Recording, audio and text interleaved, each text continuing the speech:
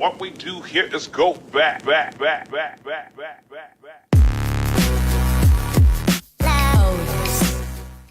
Hi there, and welcome to the first forum report of the 2019 Students' Union election season. I'm Sophia Osborne, the managing editor here at the Gateway. We just got back from the Residence Forum at Lister, the first forum here at North Campus. Here's the top 3 things you missed if you couldn't make it out. Predictably, there was a huge focus on mental health at this forum in light of the recent story of a Lister resident who was evicted by the university after a suicide attempt. Some candidates tried to move beyond the buzzwords and talk about concrete steps.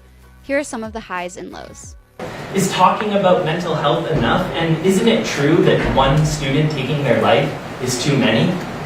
Now, it's clear that for thousands of students who struggle with depression, loneliness, and anxiety, they're not getting the same value out of posters and awareness campaigns that they would from a face-to-face conversation with a qualified, trained mental health professional. And yet, this year, we lost 1,000 hours of counseling and clinical services. But what's also critical is to recognize the root causes of the mental health problems that students face. It is understandable that you face mental health issues if your rent is going to rise 5% the next year and there's nothing you can do about it, or if you're an international student and your tuition is going to rise 2.77% next year and there is nothing you can do about it. Mental health is always that talk that, yes, we're always going to advocate with the university, but it's so hard to get an impact from them right away. I can say that all day. It's hard because at the end of the day, it's not my decision, it's the university's. And so even one of the things I want to start now is introducing workshops by what social workers we can get involved. The Vice President Student Life race has 3 candidates, making it the most contested race this year. However, it became really clear at this forum that one of the candidates is a lot more prepared for the position than the others. As you would expect, the Student Life candidates fielded a lot of questions from the residents' crowd about things like safety in residence, mental health, and working with residents' associations. But Jared Larsen, who is the current president of the Hub Community Association, stood out with an obviously strong background in these issues. Student Life. And as Vice President of Student Life, to ensure the sustainability of the residents associations, I want to implement 5-year strategy plans that outline the objectives of each residents association, their values, their long-term and short-term goals, their ways of getting funding, their most successful program methods, so that each residents association is best suited to transition year over year effectively, host successful elections that are competitive but yet fair. On the other hand, Shuaa, Rizvi, and Rory struggled to answer some of the questions, and at times seemed to be grasping at straws and resorting to vague promises. A lot of what I'm seeing, even from the university side, is they're preying on the ignorance of students when it comes to tenant-landlord stuff. And one thing I think we should really push for is working with the government to come up with tangible tenant-landlord bylaws and stuff that helps protect students not be taken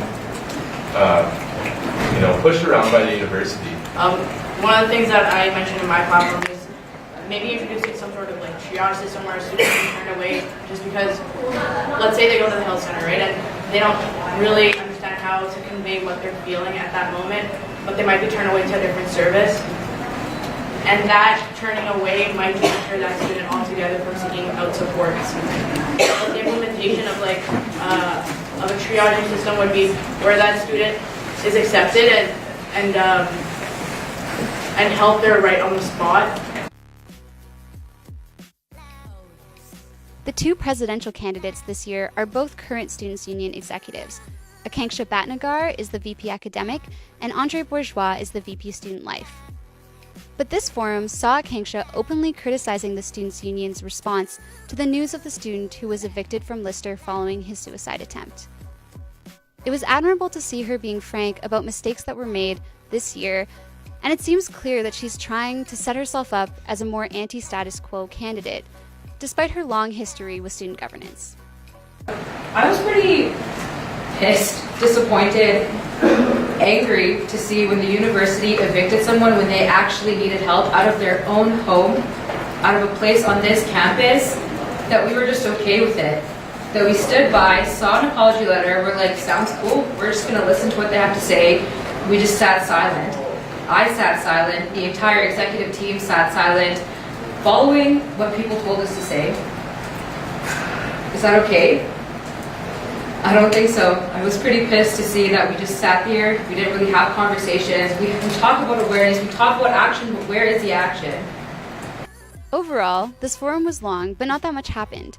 Both the VP Academic and VP Operations and Finance races didn't get asked any specific questions directed to them, and neither did the Aboriginal Student Council referendum, Student Legal Services plebiscite, or CJSR plebiscite. Hopefully, the substage forums will get spicier. Stay tuned.